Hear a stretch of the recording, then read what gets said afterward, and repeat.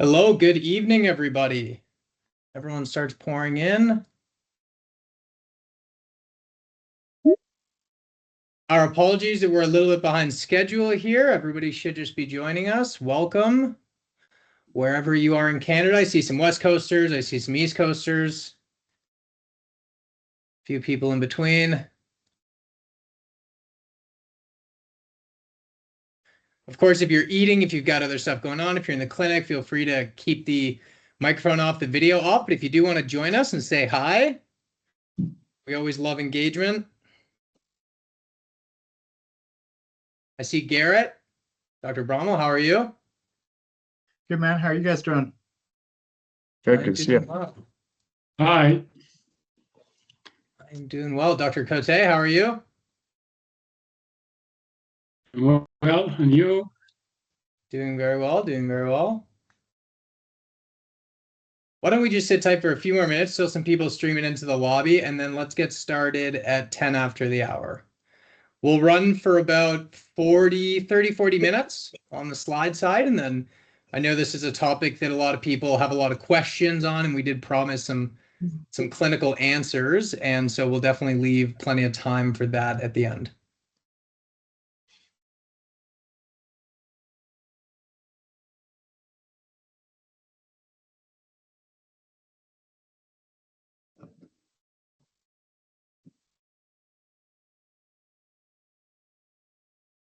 Hi, Grant. Nice to see you, Nathan. Haven't chatted for a while, so yeah, happy to log on and hear what you have to say.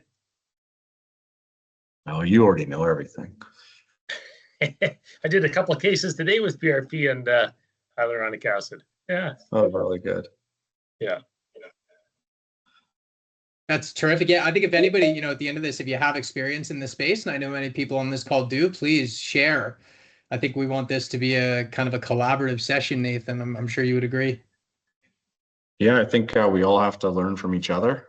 And although I love this topic, certainly we have colleagues and friends who have different experiences. So I'll tell you what I know and what I've found, and we'll go from there. Can we get started, Connor? Yeah, why don't we jump into it? So, yeah, thank you very much, everyone, for joining. I see a lot of friendly faces. If this is your first time joining one of the MD Biologics webinars, then welcome. We're pleased to have you. If you're returning, then great to see you again. Dr. Nathan Thacker, if you've joined us in the past, he needs no introduction. Clinical specialist based out of Calgary. I will let Nathan introduce his credentials and a little bit of his clinical experience a little bit more in just a moment. But at MD Biologics, we're very happy to kind of provide a platform for clinicians to be able to learn and exchange ideas. And the idea of today is combination therapy. It's something that we, at least on our team, get asked all the time. Where's the evidence for this? If there is, how do we implement it? Really to the benefit of our patients and their well-being. And there's a lot of questions to be answered, and we'll try to answer as many of those today as we can. No. We're just going to mute that one microphone there. And so as I mentioned, Nathan's going to kind of go through a bit of a presentation here over the next 30 or so minutes, and then we're going to leave ample time at the end for questions. If anybody does have any, we do have a Q&A function of this webinar. This is actually our first time rolling with this kind of webinar format. So fire some questions into the sort of discussion section of the Teams application. If you feel like anything's not getting through, try the chat, unmute yourself, or a lot of you have my phone number. Just text me, say, hey, I'm trying to reach through, not getting into it. And we'll see if we can't get it sorted out. But without further ado, I will turn things over to Dr. Nathan Thacker. All right, thank you so much, Connor. Thanks everyone for joining us this evening. And thank you for the opportunity to engage with you all.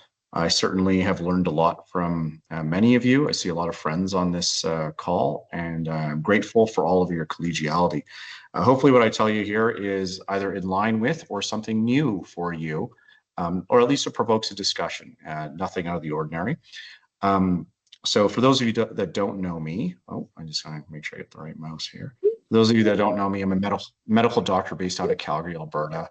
I operate a private medical clinic called Regenerative MD, where we do orthobiologics procedures primarily. Previously, I worked with Cleveland Clinic Canada. I've been grateful to Frank Johnson and Sports Medicine Ultrasound Canada for allowing me to be involved with them. And I do a lot of work around basically biologics. That's certainly my passion. And today, we've been invited, all of us, by MD Biologics. And this platform is for all of us to talk about what works with combination therapy. The HA that MD Biologics has is Synalus. If you're not familiar with it, I encourage you all to seriously consider it. I use a lot of HAs in my practice, and all I do is orthobiologics procedures. Although we have a lot of HAs, Synalus has very quickly become our workhorse, and that's largely due to its significant safety profile and it being non-animal origin, it meeting the essentially the baseline characteristics for having a high molecular weight HA, and it's not chemically cross-linked. It's actually stabilized with sorbitol. And if you haven't heard of a crossover frequency, we're going to touch on that a little bit. And there's numerous clinical studies that Connor or MD Biologics can supply to you. And the idea around this is not so much to speak about one particular HA, but when we are talking about PRP combined with HA, certainly you need one with very low reactivity, one that you can trust on the long term. Otherwise, when combining, you can get those inflammatory reactions, the pseudosepsis reactions, which can very much negate your biologics treatment. So what I really wanted to talk about when it comes to Canada, we'll say, is the current culture of treatment. I think, we might all agree that as we've been taught treatment of osteoarthritis in Canada, we have been taught something along the lines of this graph. You've probably all seen this before. And the current culture may be argued to be slightly reactive in that we don't get a lot of discussion for patients on OA from a preventative standpoint. I do feel that that's changing. I was just down at Toby in the United States, and now people are talking about preventative treatment strategies. However, the way that this classically worked was weight loss exercise, Tylenol, keep on taking your pills, which are your NSAIDs, and then when it gets bad enough, we'll put some cortisone in you and maybe some HA gel as a last resort. And if you're really, really bad, then we'll give you PRP, or we'll start talking about that right before joint surgery. And certainly that, I think a lot of the providers on this call would agree that it seems a little bit inverted. So inverted from what should be. So we don't have to take my word for it, because we already have great clinical researchers in Canada that have established what is the minimal clinical difference of numerous therapies that we typically offer as physicians.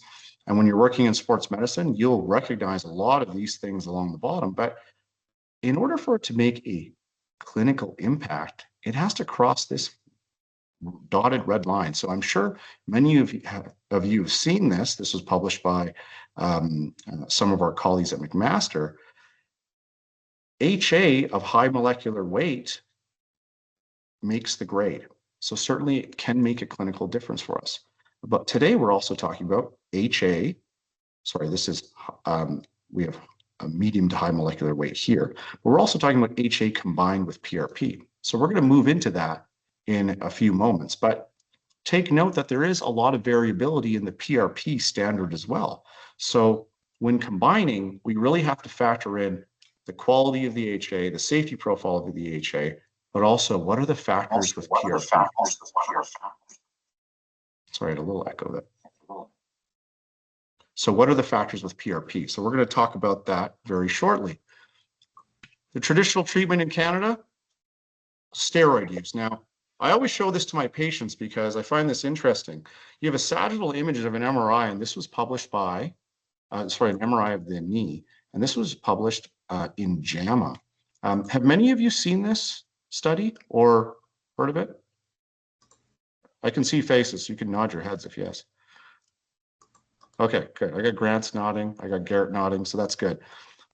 This, you don't have to be a medical doctor to see this. This is a sagittal MRI with cartilage deterioration after 2 years of cortisone injection into the knee. And what you see here is over a 50% reduction in cartilage. So if anyone on this call hasn't seen the evidence of how deleterious cortisone can be to our bones and joints on a repetitive basis, please look at this study. It will show you everything that you need to know. And that current culture of medical reactivity in Canada certainly, I think, is shifting, certainly among people on this call. So that's great. Now, in order to drive this point home, I won't spend too much time about Jody here, but she is a patient that I want to bring to light because this is what's relevant to us all. I had a 60-year-old female show up and she has right knee pain. She was previously a skier, a volleyball player. She's a runner. She horseback rides. She does so many things. And basically, to make a long story short, she shows up in my office at 60 years old and she's talking about knee discomfort, but that's been going on for 15 or 14 odd years. And she presents to her family doctor numerous times, and her discomfort, which was a very mild discomfort previously with a mild to moderate arthritis, it progresses over a number of years. She's prescribed Tylenol and NSAIDs. She's referred to sports medicine. She's told to go to orthopedic surgery. We basically say to her, go home, don't worry about it. And although she's inconsistent with her physio, she continues with her NSAIDs and Tylenol, which she calls her candies. And she represents to her doctor's office at 53 years old, at 59 years old.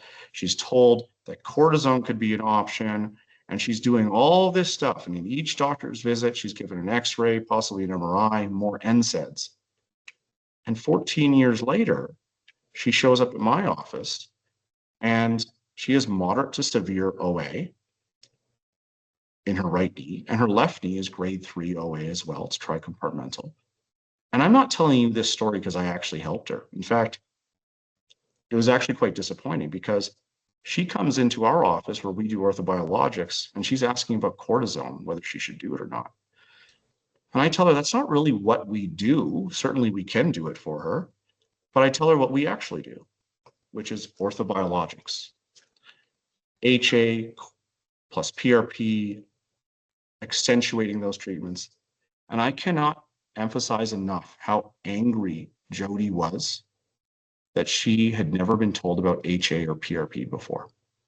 And I'm not saying that it works for everybody, but I'm simply saying that this was a patient who really wanted to continue her lifestyle and run, and she absolutely couldn't understand why she was never offered these therapies before.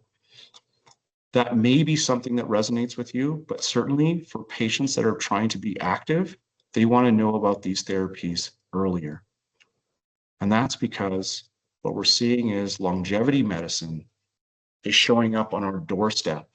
And it's not something that we've necessarily discussed in our residency programs and whatnot, but it is showing up due to influencers. And so you have some common people here. If you haven't read that lifespan book, I do encourage you to do it, but it is quite detailed. But these are the people who are now speaking to our patients. And so we have to keep up. And we have to make sure that we're ahead of the curve with good medical science and good evidence. So I ask you to contemplate a couple questions. Do you have the tools to potentially change the course of a patient's osteoarthritis? Can you disease modify, possibly, via changing the intra-articular milieu? And do you have the tools to change the experience of a patient's arthritis? Do they already exist in your toolbox? Now, that's sort of where the question of PRP and HA come to light. So I just want to know, if anyone wants to unmute, is this relevant to your clinical practices? Does anyone come across this sort of same situation of people or patients showing up with a desire to improve their longevity of their joints on a proactive basis? Every day. Okay, very good. So at least one person. And so this talk about PRP-HA combination is really about where are we at with this and who does it apply to? So it's an altering landscape. Whereas what we used to do was NSAIDs, cortisone, Tylenol, knee replacement. Our collective patient body in Canada would like us to be on top of something earlier. In fact, when you start out in family medicine, when we do a review of systems, I'm not sure how many of you, when doing that review systems in the past, spent a lot of time on the MSK component, but frequently I feel like that was just the one that said check, and you just passed over it very quickly. Patients want us to do better. So let's talk about hyaluronic acid gel. You guys, I'm going to tell you, I'm a little bit of a nerd about this stuff, so it might go a little bit detailed, and this might be more of a lecture than you bargained for on a what is it, Tuesday evening, so or Wednesday.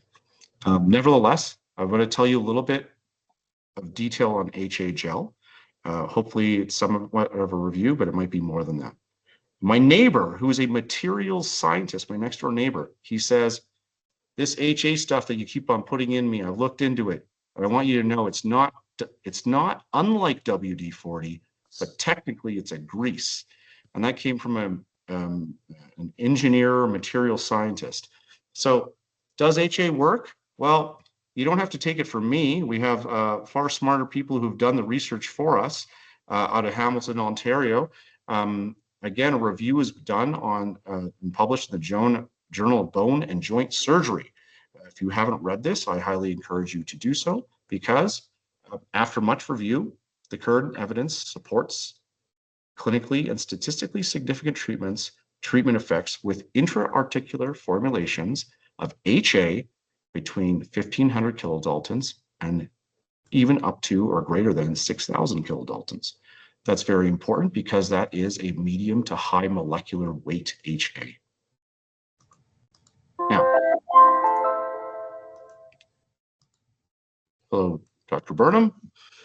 Okay, so osteoarthritis, we know that it's a synovial joint disease, synovial fluid. I just want to review a couple things here when it comes to synovial fluid. So the first thing to know is when we're dealing with synovial fluid, we're looking at a number of repeating disaccharides that are essentially going to result in as they increase in size, we're getting to a higher molecular weight. So you have to make sure that you achieve a molecular weight that's going to be sufficient to cause a difference in our patients' lives. Further to that, hyaluronic acid does have a concentration effect that will decline with age. And so we have to see if we can maintain that concentration level in order to prevent the onset of osteoarthritis. When it comes to HA sources and safety profiles, classically, when we are creating hyaluronic acids, the older technology was an animal origin technology. It did allow for the production of higher molecular weight HAs. However, it could be an ethical concern for certain people, certainly created from rooster combs, but it also had a little bit of a high reactivity to it. The newer methodology is a biofermentative origin, which is done with Streptococcus equini and is made in a lab. And the biofermentation process leads to a higher purity HA, certainly typically of lower reactivity, but it doesn't necessarily always come with the highest molecular weight. Classically, we're taught high molecular weight was a good thing, but it's not always. High molecular weight can also be restrictive. So when it comes to Synalus, which is the product that I frequently use, we use it very frequently due to it having an excellent safety profile, being biofermentative origin. It has no chemical cross-linking. Some are chemically cross-linked in order to maintain the integrity of the HA, which can lead to a level of reactivity. And our experience has been that when we do PRP combined with HA, we don't get those inflammatory reactions, which are a concern for some of our HA products. It's not that I don't use the other HAs. It's simply that when combining with PRP, Synalus has become our workhorse because of how much we trust it. Now,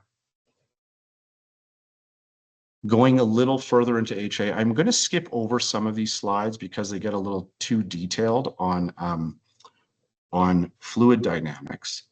But I don't know how many of you have seen this textbook. This textbook is written by a few Harvard professors who are actually pulmonologists, but they study hyaluronic acid. And I find this very interesting because what they're really talking about is the science of fluid dynamics. And the reason why we bring this up is because it just so happens that when dealing with HAs, you sort of have to know some degrees of properties around them. I was originally always taught, just pick one, they're all the same, but that's not necessarily true. Some are designed more intelligently than other ones. And certainly the molecular weight is a factor. So you want to pick one that is of sufficient molecular weight. So we say around 2 megadaltons molecular weight is your starting point. You want to know whether or not they're cross-linked. You want to know about the HA origin. If they're cross-linked, that sometimes gives a degree of reactivity because that cross-linking is done by formaldehyde. In the case of Synalus, we use it again because there is no chemical cross-linkage and its origin is biologics. The other thing to consider are some viscoelastic properties, which are affected by concentration and molecular weight. We won't go into this in too much detail because I certainly want to get to the PRP portion of this, but viscoelasticity is the idea that there's a little bit of a bounce to your HA, and then crossover frequency is a characteristic of HA and its viscoelasticity. And what that means is that at low frequencies, your synovial fluid or the HA within your synovial fluid should be a little bit more viscous to avoid joints rubbing together. But as you begin to move, it should cross over at a certain frequency of movement to be a little bit more elastic for that movement, for shock absorption. Now, this isn't just something that I made up. This is actually from that same textbook, which is about synovial fluid characteristics.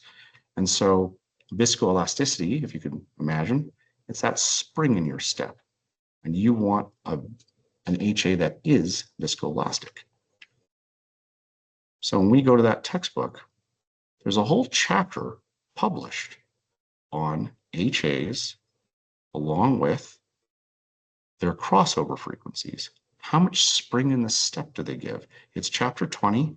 I read it numerous times. I love it. And it just so happens that this intersection here, this is a young individual crossing over from a sitting state to a walking state, an older individual and an arthritic individual. And what happens is in the arthritic individual, no crossover occurs, meaning that HA sits more in a viscous state.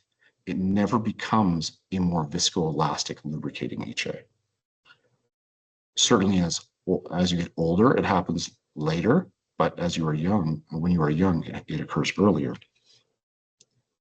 The ideal crossover frequency, according to that textbook, is 0.4 hertz. So that's somewhere between, it's about a slow walk, actually. And so this is medically studied information, and it just so happens that Synalus was designed with that in mind. It was designed for individuals who were planning on being active, and although the initial focus has always been on molecular weight with little discussion of concentration, what we're finding now for active populations is we want certainly a good crossover frequency, and we also want an excellent safety profile. So that's going to wrap up our discussion on HA. And what we're going to move into is a little bit about PRP specifically. This is just an interesting observation when it came to Synalus itself, because if you're not familiar with it, Synalus has the ability to stand up to degradation from an external stimulus. In this case, it was heat, and it still maintains its viscoelasticity. So something for your consideration. My experience with Cineless is that it's excellent for early and moderate OA of the knee. It's become our preferred treatment for GH joint OA of moderate severity.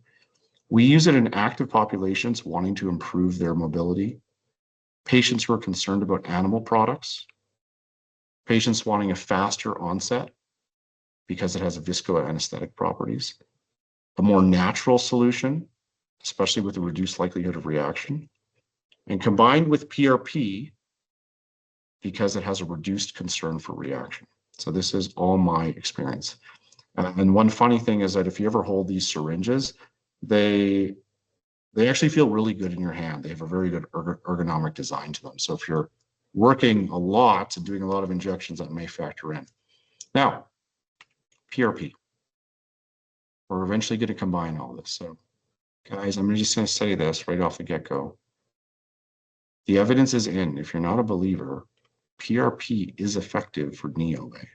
So if you haven't, I always found this in medicine, and maybe you all found this as well.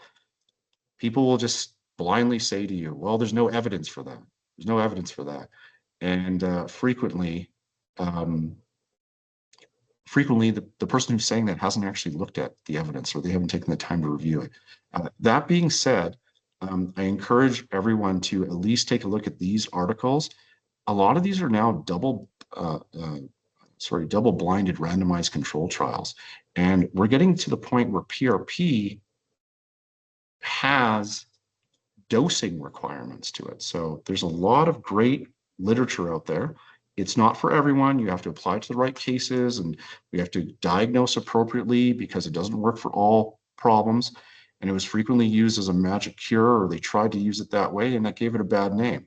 But it also has a very variable response. Why the variable response? Well, that's what we're going to talk about. Is PRP's variable response can be due to applying it to the wrong condition. That is to say, patient comes in with knee pain, and that knee pain isn't actually arthritis.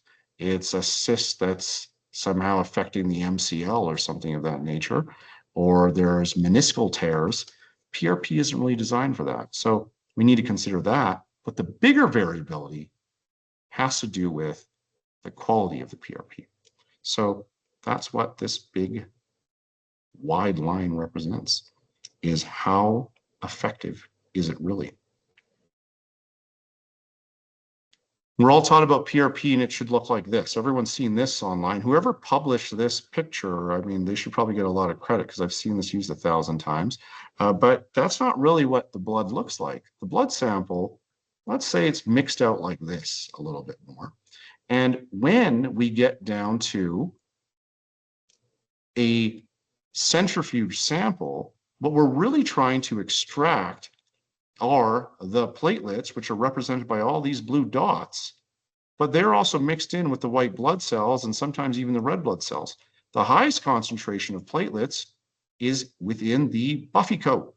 And I'm sure a lot of you know this, but how do you extract out those platelets from those white blood cells, or sometimes you might need the white blood cells? So before we get into all that, we should talk about some basics of PRP. So I don't know who the youngest person is on this call, but what we need to know is, what's the average platelet concentration in an adult? Somebody, please. Don't make me look silly. Okay. 200,000 platelets per microliter. On average, let's say 200 to 250. So that's often expressed as a range. We've seen this on all the CBCs that we've ordered. But what's the standard definition of PRP? Does anyone know the answer to that? Grant? Well, it could be anything higher than that. So it could be 1.5x, it could be, 300, 350, or it could be anywhere up to 10 or 15x. Yeah, so it's just it's all over the map.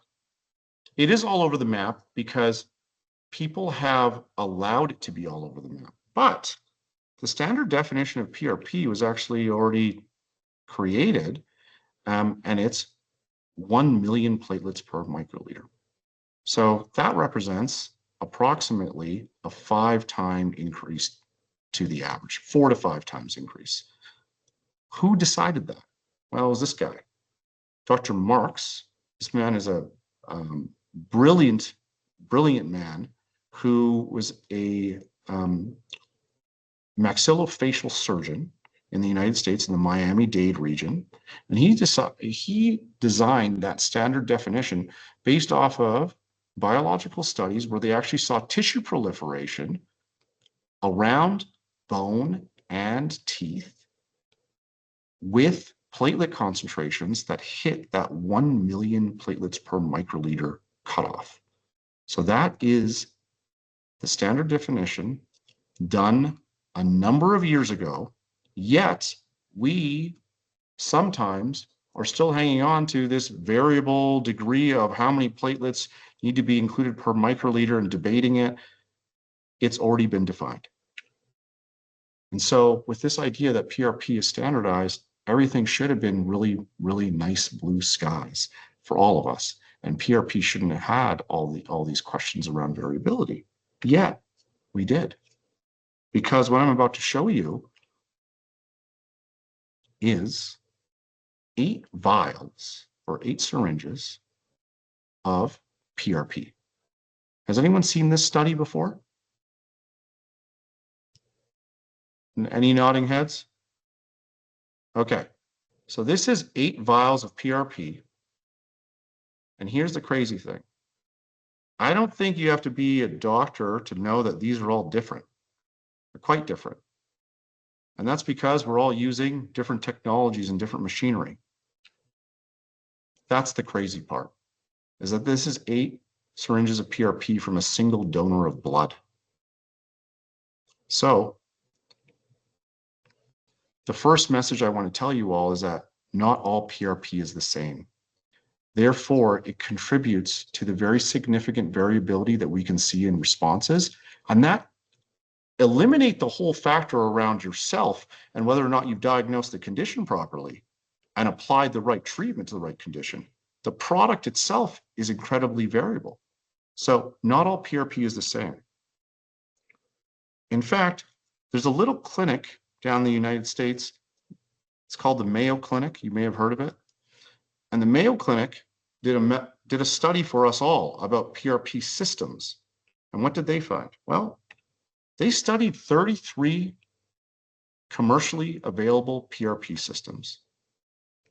And they found that only 11 of them met the standard definition of PRP by Dr. Marks of having 1 million platelets per microliter. And here's the crazy part. Of those 33 systems, 3 of them actually took the blood product and returned less platelets than what they started with.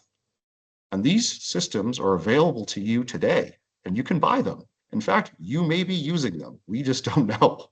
So I caution you, because let alone not all PRP being the same, not all PRP is even real PRP. And there are a number of people who may be injecting product that is not of standard. So take a look at this number 5 over here. That's 5 times concentrate. You can run a line right across the middle of this.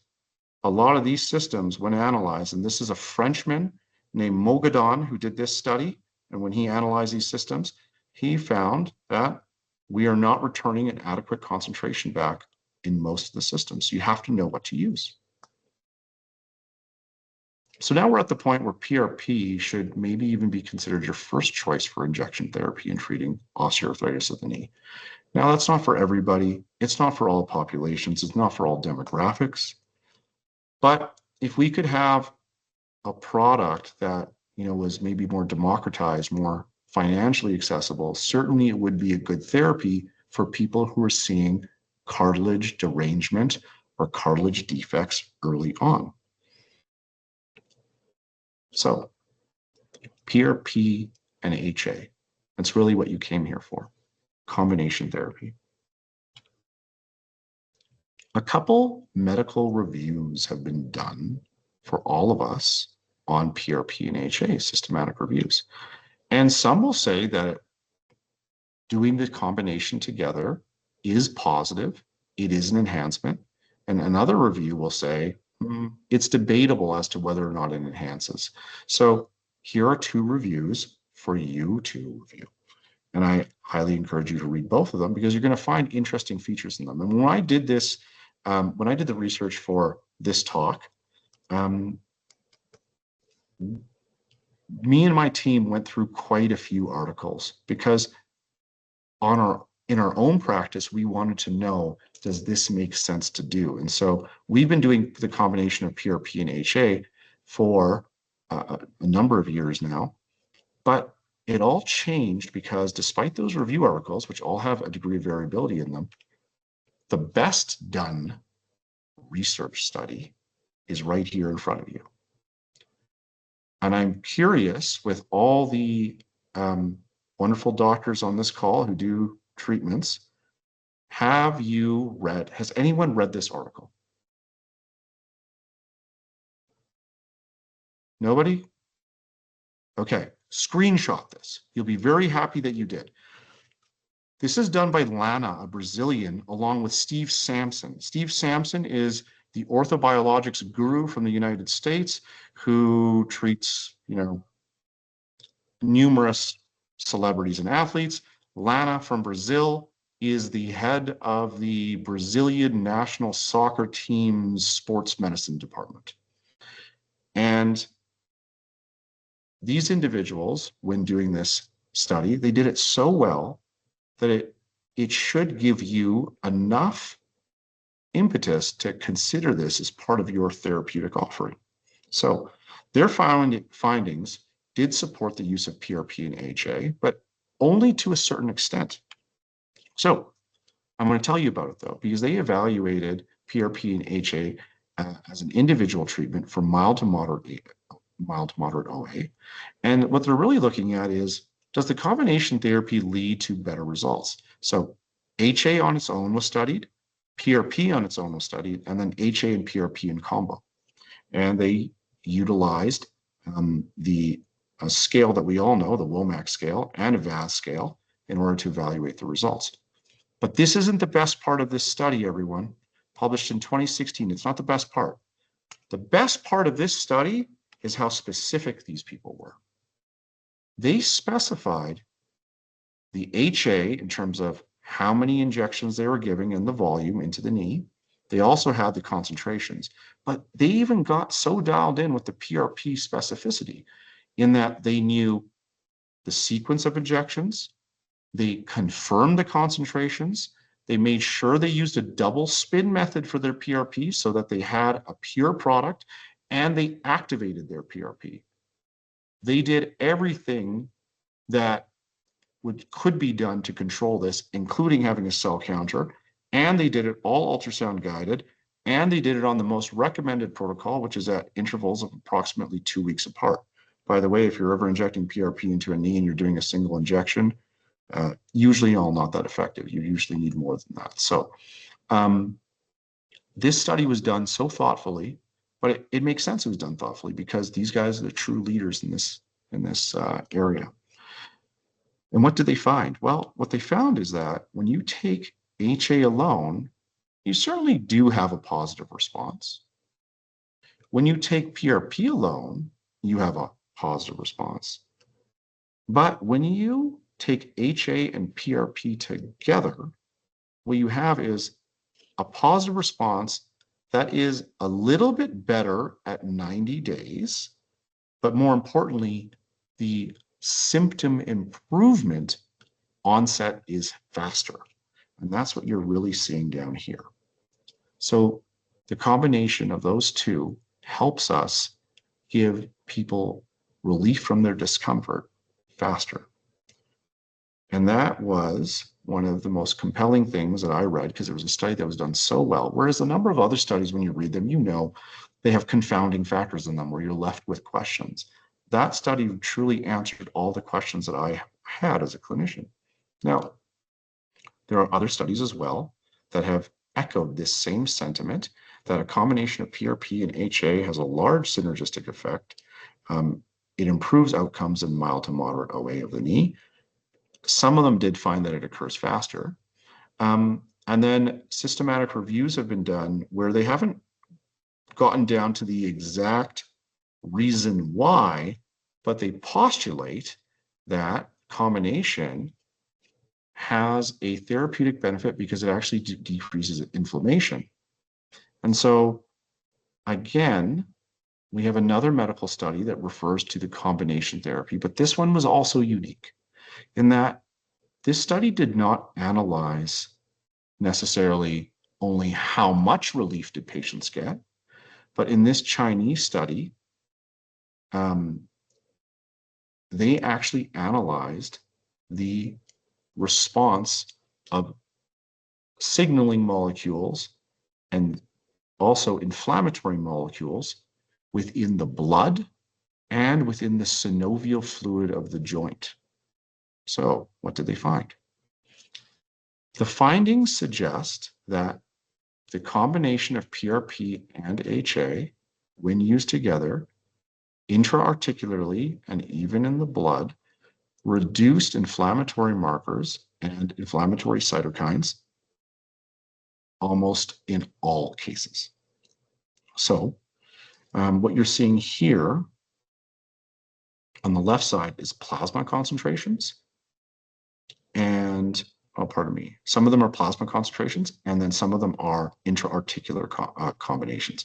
Interleukin-1 was shown to be decreased. TNF-alpha was decreased. IL-6 was decreased. So we have another study that's worth your review because it will give you a number of, let's say, accessory markers that suggest that it may have the ability to change or disease modify on the long term. So again, this is plasma concentration levels of IL-7 or IL-17, TNF-alpha, et cetera, and then also IL-6 within the joint was reduced. And so that brings me to this sort of curve. This is a curve that I use for teaching our patients a lot of the time. And what it basically shows is that when a patient has osteoarthritis, there's a sort of a normal curve to their, or natural history to their problem.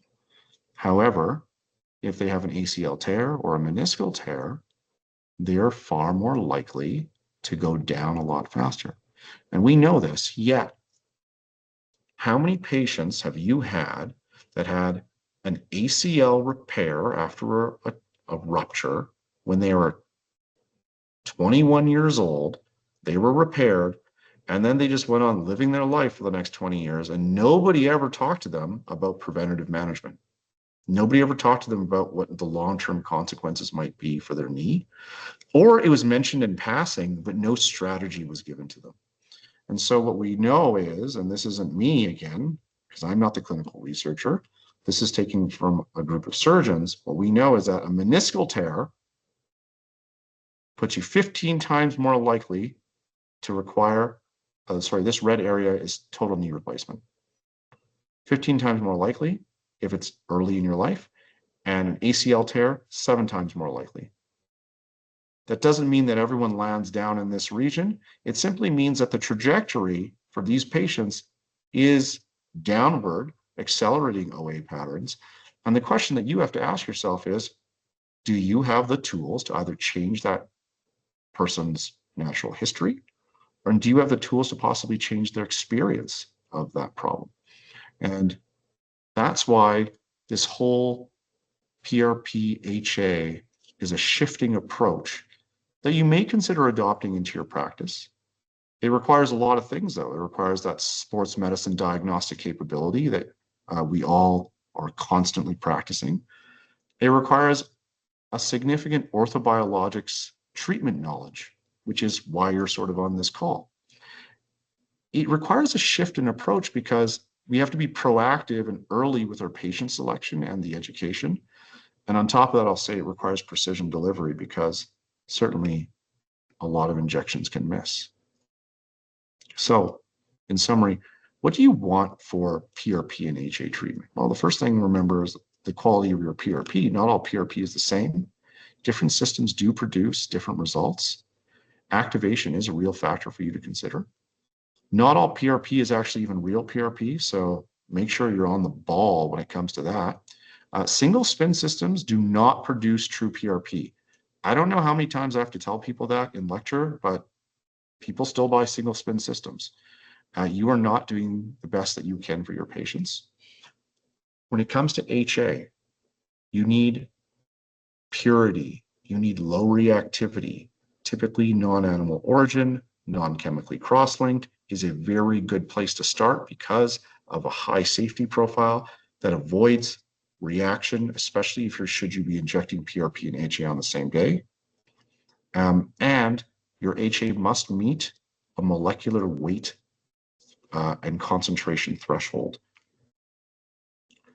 Again, we use Synalus on a regular basis. I highly encourage you to consider this as part of your arsenal. It does not necessarily need to be your only treatment, but having it in your office will help you, especially with active populations that are showing up wanting treatment for early osteoarthritis. It doesn't have that sticky feeling. It doesn't feel like a cement. Learn more about this product. I think it'll make you quite happy. But also consider that combination therapy. That's where it'll do you very well. I have a number of references if anyone ever wants to read lots. So thank you.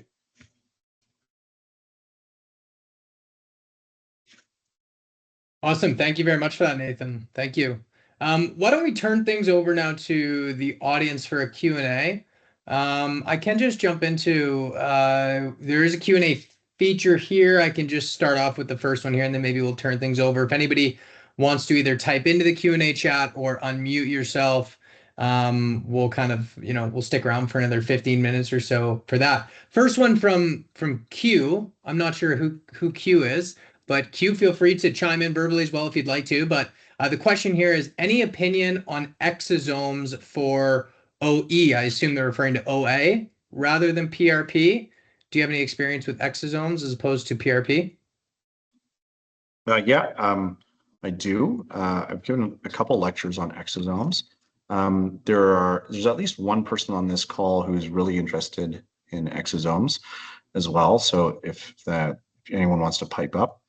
Exosomes for PRP, exosomes for NEOA, certainly not a topic that we're discussing tonight, but we are basically dealing with animal models at this time. No significant clinical data. We are clinical human data. Exosomes are the signaling molecules or the EVs that are released as messengers from cells to hopefully create a reaction within any tissue space that we send them towards. But right now, the cocktail of exosomes is not very well proven. In fact, we're not even counting exosomes properly at this time. There's a lot of debate on that. So you'd have to be really, really sure about your source. Certainly something we've considered, but we are not doing it right now. However, for the Canadian Association of Medical Aesthetics, that is the topic that, along with PRP, that I do the most clinical review on and presentations to them on. So in the aesthetics world, we've actually held back a little bit. And in the joint world, I don't think we've made the leap just yet. Awesome. Dr. Singla, I think you had your hand up, and then Grant, we do have a question from you after that. But Dr. Singla, if you want to jump in. Hey, Nathan, thanks for the talk. Really stimulating.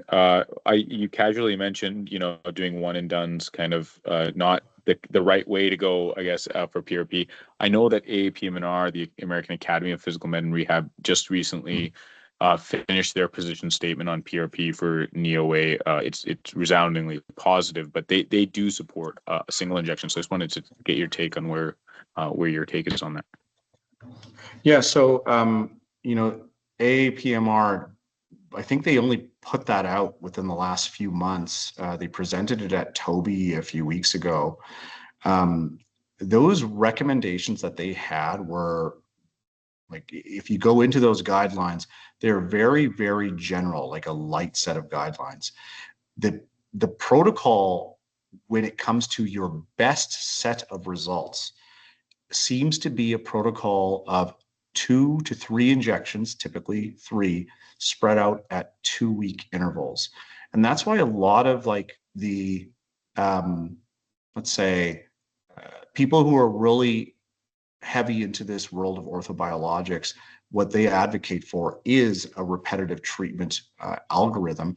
But Harvard Sports Medicine presented, I think 3 years ago now, they presented the ideal treatment regime. And it's not that one doesn't give you a positive effect. It's that doing one, the positive effect doesn't really last that long. And so when you do 2 treatments, you have a greater decrease in discomfort.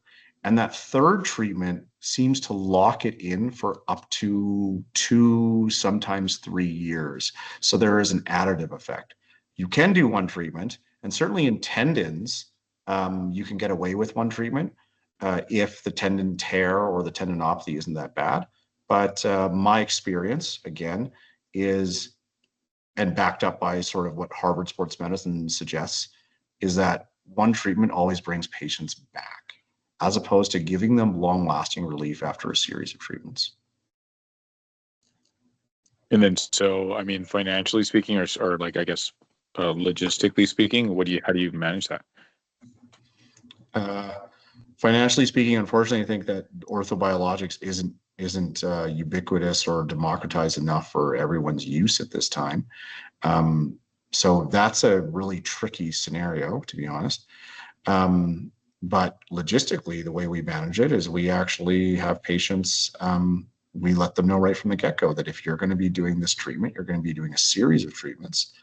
And we always let them know right from the get-go, do not sign up to do a PRP treatment unless you're willing to commit to a minimum of 2.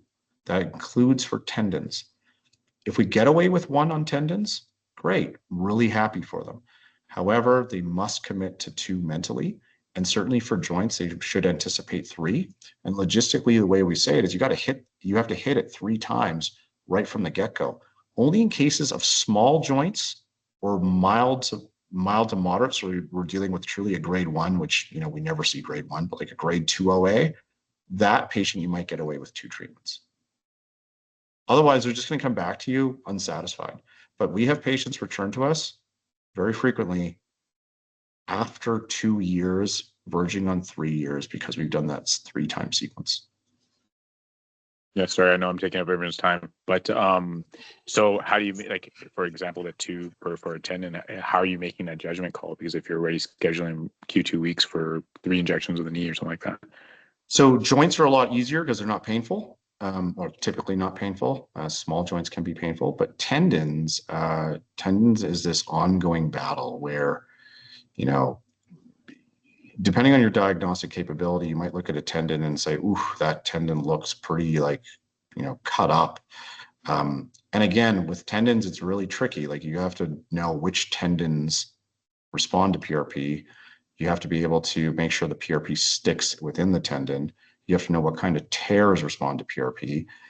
But should you have a tear that qualifies, then after you do the first treatment and the patient has suffered through the first treatment and the painful recovery, you're essentially reassessing them and you're making a judgment call at about 6 weeks, maybe 8 weeks. Am I going in again? In a lot of tendon cases, though, based off of the pathology, you might be able to make the judgment call after some experience that this is a tendon, its cross-sectional area is large enough that it's going to require a minimum of 2 treatments.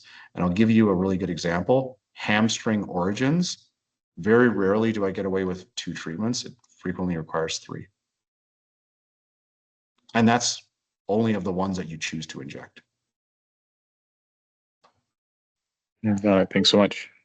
That's my experience. Certainly there's some other colleagues on here who may want to chime in on that.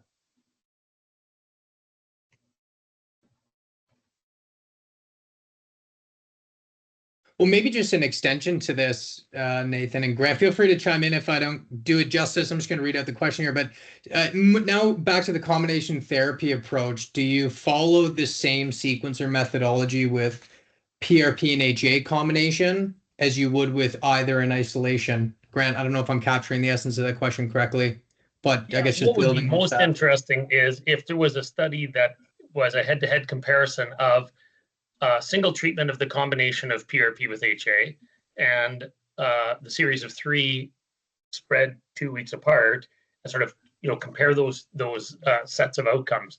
I've had good results just doing one single injection. I'm using about 4 cc's of Cynolis and about 6 or 7 cc's of 10x PRP, and good results for 12 to 24 months. If it wears off in 12 months, it's not that big a deal for them to come back for another round. But if I were to try to get them to sign up for a series of 3 2 weeks apart, that's going to be pretty expensive. So I just wonder how much of a difference would it make? Yeah, and that's totally fair. In Grant's case, Grant's now using a 10x PRP sample. So his likelihood of success on his singular injection is a lot higher. Previously, especially when we're looking at these studies from 2016, we're talking 10 years ago here. The concentration levels that were classically used were about 5 times. What we know now is something different, which is that it's not a concentration effect that we're after. It's a total dose of platelets. And that total dose of platelets, according to one Indian named Bansal, suggests that we have to inject them with 10 billion platelets in order for it to have a clinically significant effect. Could you get that from one injection? Possibly. If your platelet recovery from your PRP setup is very high, maybe you have a way of confirming that with a cell counter. But if you want to achieve that more reliably with a 5 times concentrated treatment, or 7 times, you very well may need more than one injection. And that's why the old evidence has suggested that we do the 2 to 3 times protocol. But Grant is he's an old master in this, so don't try to replicate those results all the time. Okay, moving forward, Dr. Burney, I believe that we've covered quite a bit. I think some of the discussion around the sequence of PRP and the multiple injections. So I'm just going to jump over to Dr. Martin Ray's question. This is maybe getting a little bit more back into the combination therapy.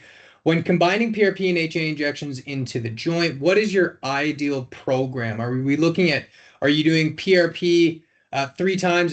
So I guess, an injection every 2 weeks up for a full series of 3. Do you do HA at the same time at each PRP? Do you stagger them at all? And then there's a bit of a follow-up here, but I'll just let you kind of comment a little bit on that as far as what your sequencing looks like and how you fit all that into a series of injections.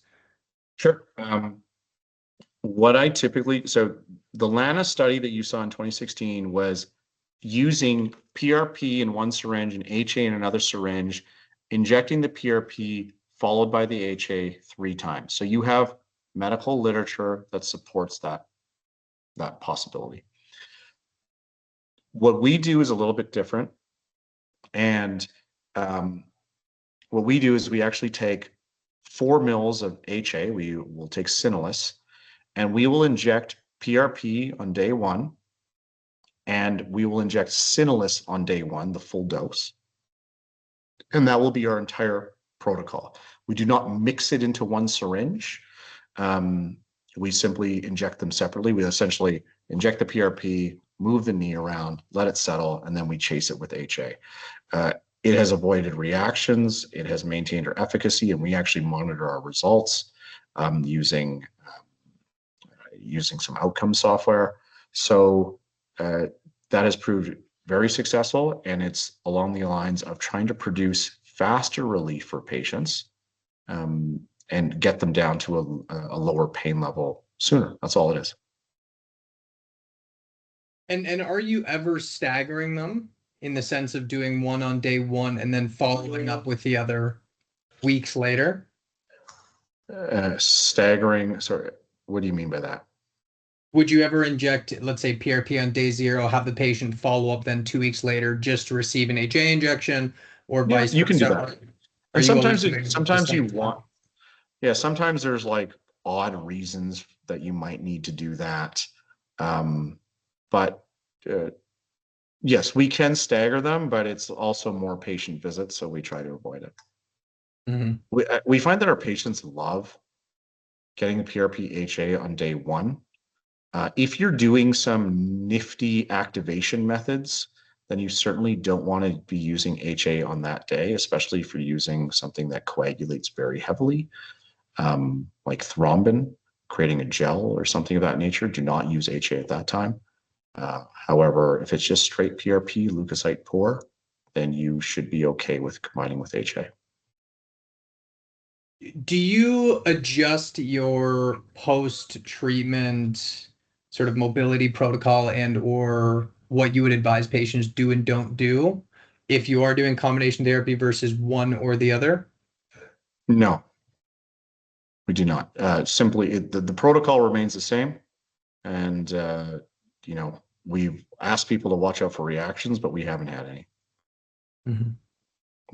But I will say, in the past, I have had reactions when I used Synvisc, and it was horrible, like truly horrible. Synvisc plus PRP, like I don't think that patient yeah, they hated us. So I'm very grateful that that we have this product because it works smoothly, very smoothly with PRP. It's biologic in itself. It's not reactive. So that's the great part about it. And this one, I'm not sure you covered it. Do you do the PRP first and then HA, or do you use the Synalus first and then PRP? You don't mix them. I don't mix them. There was some suggestion that if you mix them, you could form clots within it because you're activating it essentially by stimulating it. So we avoid mixing it. And in fact, we've never mixed it. There was a case report published on that where they injected effectively like it formed into a thrombus inside of the knee because it all coagulated and balled up within the HA. So there's no point in mixing them. I don't know why people do that. And yeah, so yeah, simply put, PRP first, move that knee around, chase it with HA. Protocol doesn't really change. Patients don't find joint injections very painful. And especially effective, everyone, in GH joint OA.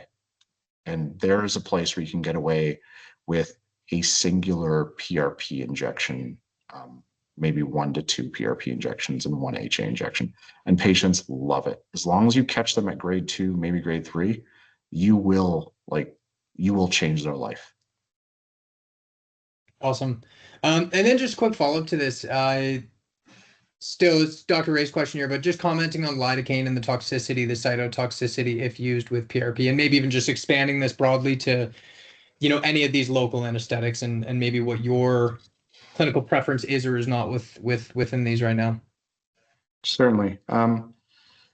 If you're all using ultrasound or you're using some sort of guidance, you should be able to avoid the canes into the actual joint fluid. Certainly, sometimes you splash a little bit in because you need to like check if the space is there. If you put a mil of lidocaine or something into the joint space, is that going to irreparably damage their knee? I would say not. The medical studies that were done were typically for continuous infusions of, I think it was xylocaine that was the continuous infusion that was used post-operatively, and that was where it was deleterious to cartilage. Bupivacaine is also excessively erosive or chondrotoxic. And that's why the best practice in the United States seems to be using ropivacaine as the standard in the event of, intra-articular injection. We avoid it. We avoid putting it in the joint space. That doesn't mean that you can't infiltrate the tissue leading up until you hit that suprapatellar recess or whatever access point that you have, but there's no point in pushing a lot in. Yeah, awesome. And I know we're already running over, but Nathan, assuming you're good to stick around for a little bit longer, we'll keep on just firing through as many of these questions as we can get to. If we can't get to any of them, we will definitely follow up afterwards and connect parties to get the questions addressed when we can. But Dr. Karita, you have two here. So again, feel free to chime in if you do want to jump on either one of them. The first one here is just on providing, I see you just unmuted yourself. So if you feel free to fire away. So I've been using HA for about 10 years, but Synalus is something that I've been new to. And then PRP kind of over the last 5 years, I trained at Emory with Dr. Mottner, who does a lot of PRP. And so even in our residency for PMR, we did ultrasound and a lot of PRP stuff. And then, yeah, like it's changed over the years. Just wondering kind of your expertise with kind of every 2 weeks. As we see sometimes some effect going on from the first injection. And so I sometimes will see how that response does in the first month. And then if we're trending in the right direction, see like sometimes it's around that 6 week or 8 week mark and then repeat it then if we need to do a second. And I do agree, usually 3 injections is better results than 2 injections and 2 injections better than 1. And I try and explain that. But yeah, just wondering about that. And then also the PRP HA studies so part 2 that I had up in there, PRP and HA studies, which HA product they did. And then if you've also had experience with PRP with other HA in compared to Synalus, as I'm fairly new to using Synalus. Okay, let's see if I can answer that first. I don't think I actually caught your first question. If you can. The first one was like the 2 week, the reasoning for the 2 weeks. If there's a like specific anecdotal evidence, your experience, research for the 2 weeks for the 3 sessions of PRP. Okay. So clinical practice in the United States, where this is certainly more advanced, and in Italy, where the Italians publish an absurd amount of articles on biologics. I don't know why, but they're really good at it. And certainly the Chinese now are as well.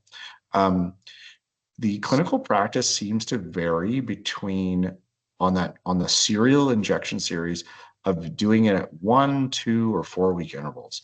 The idea originally was around you needed to give it a little bit of a boost and then a boost again and a boost again, but there's certainly an inflammatory phase that occurs. And if you do 1 week intervals, especially if you're using a highly potent PRP with high concentrations or it's super activated, then by the time the patient rolls around 7 days later, they're still sore. And so you don't necessarily want to be re-entering that, and you're compounding that effect. Certainly you build trust over, the sort of that phase of, oh, it's a little sore and it comes down. They get used to it. The literature, as you stated, for 1, 2 versus 3 injections is very positive for 3, but spreading it out at 2 weeks is, I think, more of a convention around discomfort, because I have had patients because I tell my staff, book them at 1 to 2 week intervals. And sometimes we have to stretch out to 3 weeks due to travel and all that stuff. And at 1 week intervals, I'd say 70% of the people proceed on the 1 week, but I'd say that 30% of them end up saying something like, hey, we need to defer this by a week because I'm still sore. So they want the treatment, they just feel not up for it. So I hopefully that answers your question in a not perfectly scientific manner, but in a conventional manner, practicality. Okay, so more related to the kind of inflammation and soreness. Okay. Yes. And now I will say one other thing around this 1, 2, 3, 4 injection series. 4 injections is almost never recommended. When Harvard Sports Medicine discussed this and they did their medical review, their answer was that the 4th injection does not confer any significant benefit. Therefore, they landed on 3 treatments. Now, 3 treatments is not for everyone, and it is certainly cost prohibitive. It's especially tough when a patient's in pain, and now you're telling them that you need to spend $3,000 over the span of roughly 1 month to get your injections done. And the likelihood of this working is completely dependent on the stage of arthritis that you're at and my ability to diagnose that your pain is actually from arthritis and not from, degenerative meniscuses and your MCL instability. So, or referred pain. So it's a little bit of a touchy subject. And that's why doing 3 treatments is tough, but in a lot of ways, it has to be the standard because that's what the best evidence suggests. Now, remember what I said, though, is that Himanshu Bansal published not only his first study, but also his follow-up study, suggesting that it's actually a dose response of a minimum of 10 billion platelets. So if you can achieve 10 billion platelets in one hit, you're laughing. What was the second question? It was regarding some of the research that you had showed with PRP and HA. Which HA products? Like, is there Oh, thank you. a number of HA products, or is it specific in the medium to high? The problem is that the HA products across the world are not standardized at all. They're different everywhere. Just like, for example, Cinelis doesn't have its medical device, isn't approved in the United States, yet it's the most used product in Brazil, and it's the most used product in a lot of European countries. In fact, the Brazilian national soccer team uses Cinelis, and I know that because the sports medicine doctor there told me. But you have a number of products in Canada that can be used. So Durolane would be a very reasonable thing to use as well, but it has a very high molecular weight, which can sometimes be constrictive. It doesn't have that crossover frequency, but would be equally safe. So something for you to consider. When combining, I never use Synvisc. It's been disastrous when I've done it. It has a reactive property to it. So beyond that, those are pretty much the 3 I've used. I've used everything. It's just it makes sense to use the one that feels the silkiest and smoothest, and that's why we use HA, that's why we use Cinelis. Thank you. Thanks. Oh, and you asked what was the one that was used? Like in some of the research papers that have the combo. Yeah. Is it a mix of different ones or different? It's a mix. It's a mix of many different ones. The Lana study from 2016 used an HA I've never heard of. So, you have to forgive me because I don't remember the properties of that HA off the top of my head, but they do characterize it in that article, and it was very similar in molecular weight and HA concentration to a lot of the products that you have here in Canada. Okay, thanks. So now Connor has to do an HA-PRP study with you for Cinelis, right? That's the next step. Step. Yeah, I'm just going to jump over to the chat because I know that there's a couple in here that did make their way into the Q&A. Dr. Khan's asking Nathan, for your PRP, for your intra-articular PRP protocol, are you injecting leukocyte-rich or leukocyte-poor PRP? What's your preference? Leukocyte-poor is my preference. We debated at Toby as to whether or not there was actually that much of a difference within joints, but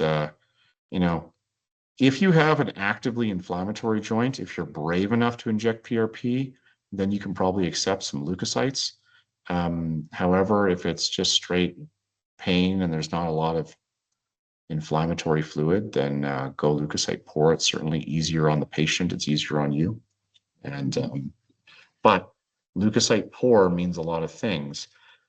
Leukocyte poor can also mean PPP, which is platelet poor plasma or a low concentration product. So make sure that you're getting something that meets the requirements. And for that, you have to do a deep dive into the literature, know what your manufacturer is selling you, have your own checks in place to make sure that your quality is meeting the standard. Otherwise, and I'll tell you guys, I'll be honest with you, there are tons of people who basically inject albumin and water into people's joints.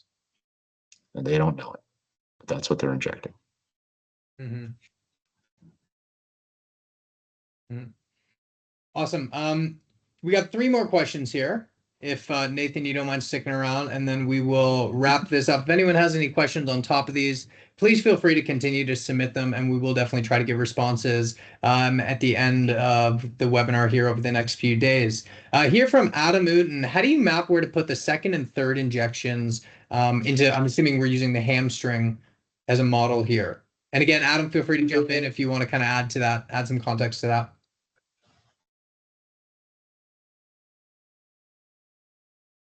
Sorry, how do you map?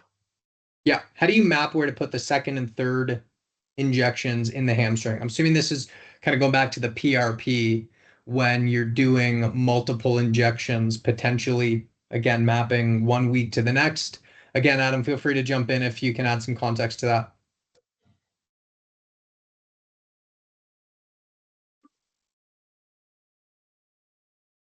Okay. I guess if he's not going to jump in, I mean, mapping. No, That's a sorry, really. I couldn't get my mic to turn back on again there. Yeah, you had mentioned one of the reasons that you do several injections there is because of the size of the tendon, I believe. And so my question was really, you do your first injection, do you go back to the same space and re-inject, or do you try and spread it around? And that's what I mean by mapping it. Do you look at where you've been and then Yeah, look at a different area? That's a really good question about technique and process. That's great.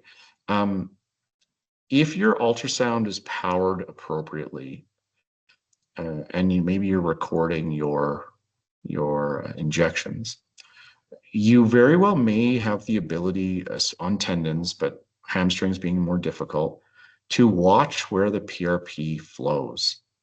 And you'll get an idea of, did my PRP get taken up in certain areas? And one good way to figure that out is you shake your PRP very vigorously right before, and you agitate it. There's enough air bubbles in it so that when it flows into the tendon, you can kind of see where it's going. Because you can't always see where it goes, because sometimes it goes hypoechoic, or you're injecting it into a hypoechoic space. That being said, frequently, especially with a hamstring origin, we think of like a tendon attachment as like this one little spot, but it's certainly a continuous, a continuous or large footprint attachment at the origin on the tuberosity, and therefore you do have to hit like the confluence of the semimem, semitend, and you're guided by your diagnostic ability and pathology with your ultrasound skills. And mapping it is something that we truly do, but it's an experience-based thing. How do I do it? It's a judgment call that you're doing, but we are spreading it around. We're trying to spread it around as much as we can. And then the other thing that I'm hoping that a lot of us do is that you're effectively testing your tendon with your needle. How hard does it feel, and how easily does PRP flow when you inject it? Because when you inject, and if it's not flowing, it's typically telling you that that tendon doesn't need it there. So you have to sort of wrap your probe around one way, and all of a sudden you're up the butt cheek and you're trying to, feed it into the tendon on that side. It's a tough process. I mean, hamstring origins are the PRP I dread the most, or adductor magnus origins, we'll say, are the PRPs that I dread the most.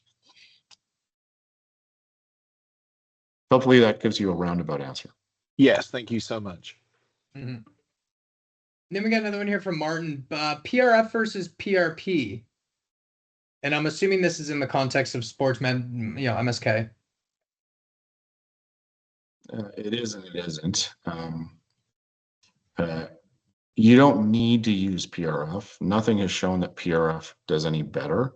You are essentially using a byproduct that is further down the line from PRP, when PRP should do the exact same thing. In fact, PRF has only really been shown to be an improvement in human studies in one space, and that's actually underneath the eyes and in the canthal folds of the eyes. So as far as I know, that's as far as we've gotten, and that's an update that I did for CAMA only 1 year ago. Okay, awesome. And then the last question we got, and just for anyone that's not following the chat, Euflexa was the HA product that was used in the Lana study. That's a 10 milligram per milliliter product, so 1% concentration product. And yes, Martin, you're correct. It's not available in Canada. Yes. It is still available in the US, which is likely where Steve Sampson and his group was able to access it from. Hey. And then we have one last question here, kind of a two-parter. Do you stop anticoagulant medicine before and after PRP? And then any comment on PRP for psoriatic arthritis? I have limited to no experience in psoriatic arthritis. A colleague of ours from Toronto did publish, I don't know if it was a case report, I can't remember. They published in the Journal of Rheumatology the positive effects of PRP for rheumatic conditions. It didn't get a lot of capture, but a couple of rheumatologists actually from Emory University have picked it up and are using it for autoimmune inflammatory conditions. It doesn't have a lot of traction right now. I think that it requires the rheumatology community to pick that up more. But based off of what we're seeing in terms of its ability to mediate the humoral elements and the immune elements, there is reason to think that it could be applied there. But I don't think people have been daring enough. I had a rheumatologist call me once and ask me if I would do it for a patient, and we did, and it wasn't effective. And then there was another question that started that, which was regarding maybe the HA. Anticoagulant use. Do you have patients discontinue anticoagulants? Yes. Before and after PRP? Yes, the answer certainly yes. There's what we have in our office, and I'd recommend everyone do it. There is an article on PRP and anticoagulants. It basically spells everything out for you. And it tells you the time point for which you need to stop and when you need to restart. And our office, because all we do is orthobiologics, we have it posted in every single office. And we just follow that based off of what patients have. And typically, I mean, all of them basically say something like 1 to 2 days before, except one of them's a week. I can't remember which one. 1 to 2 days before, then you can restart 1 day after. Some people. Is it the 2016 paper, Nathan? I think it's specifically antithrombotic therapy during antithrombotics. Yeah, that's it. That's it. Yeah, I'm usually better on IT. I'm trying to get it. I'm trying to post it into the chat here, but we'll email that out to everyone because I do frequently cite that one as well. I think it does a good job of answering these questions. You don't even have to think with that article. Yeah. We trained our staff on it. So they asked the question, and then by the time the patient comes to us, it's already flagged. Certainly we still ask the question, but it's usually already flagged. And the patient already knows what to do, and they feel so assured in that. I'll actually just bring up the primary table here just for everybody. This is the study. You can either screenshot this. I will also email this out to everybody along with the webinar recording, just for everybody to have as a reference point here. And then again, here really does spell out specific products, discontinuation prior to procedure, resumption after procedure. Great study to have on hand. So just seeing that small capture of that study, they're suggesting using NSAIDs even right after the procedure? Yeah, in some cases, you're resuming it the same day. No, he's saying that NSAIDs, which are typically not utilized afterwards, it's because the NSAIDs were a theoretical issue. It's never actually been tested. But yeah, I mean, certainly that's not our practice. Our practice is our practice is that patients will hold off of them for 3 weeks at least. Mhm. Okay, 3 weeks. That makes sense. Okay. Thanks, Nathan. Yeah, thank you. Thanks for your attention. Okay, I think that is all of the questions that we had for today. So, and we are quite a bit over. It's about 90 minutes here. So I just want to thank everybody for joining tonight, and thank you, Dr. Nathan Thacker, as always, for sharing your insight and sticking around after we were supposed to wrap up to answer a lot of these questions. Well, that's And all it's right. This was good. great to have the engagement. We do have quite a few more educational events coming up over the next couple of weeks here. We do have one next week as well, where Dr. Graham Pagden is going to be sharing a bit of an interim update on his, first of its kind stem cell clinical trial. So that'll be a great opportunity. Grant is here, but let's save all the questions for next week, where he'll speak a little bit to where he is at with his ongoing clinical trial work. And then for any of those, and if you're not registered for that, get registered. We will send out the link as well, so that you'll be able to join. And we look forward to seeing everybody on that. And then if you do happen to be in or around the Toronto area and you have more questions, or you want to take your PRP knowledge to the next level, Sports Medicine Ultrasound Canada with Dr. Frank Johnson, we are going to be hosting a level 2 PRP masterclass with Frank. I believe there's still a spot or two remaining available for this. If you do want to join in, you can either click through to the event website, or again, get in touch with me or whoever your MD Biologics representative is, and we'll put you in touch with the right people. So once again, thank you very much. Have a great evening, and look forward to seeing all your familiar faces in the very near future. Thank you, Nathan. Thank you, everyone. Thanks, guys. Thank you. Take care. Thank you, Tanya.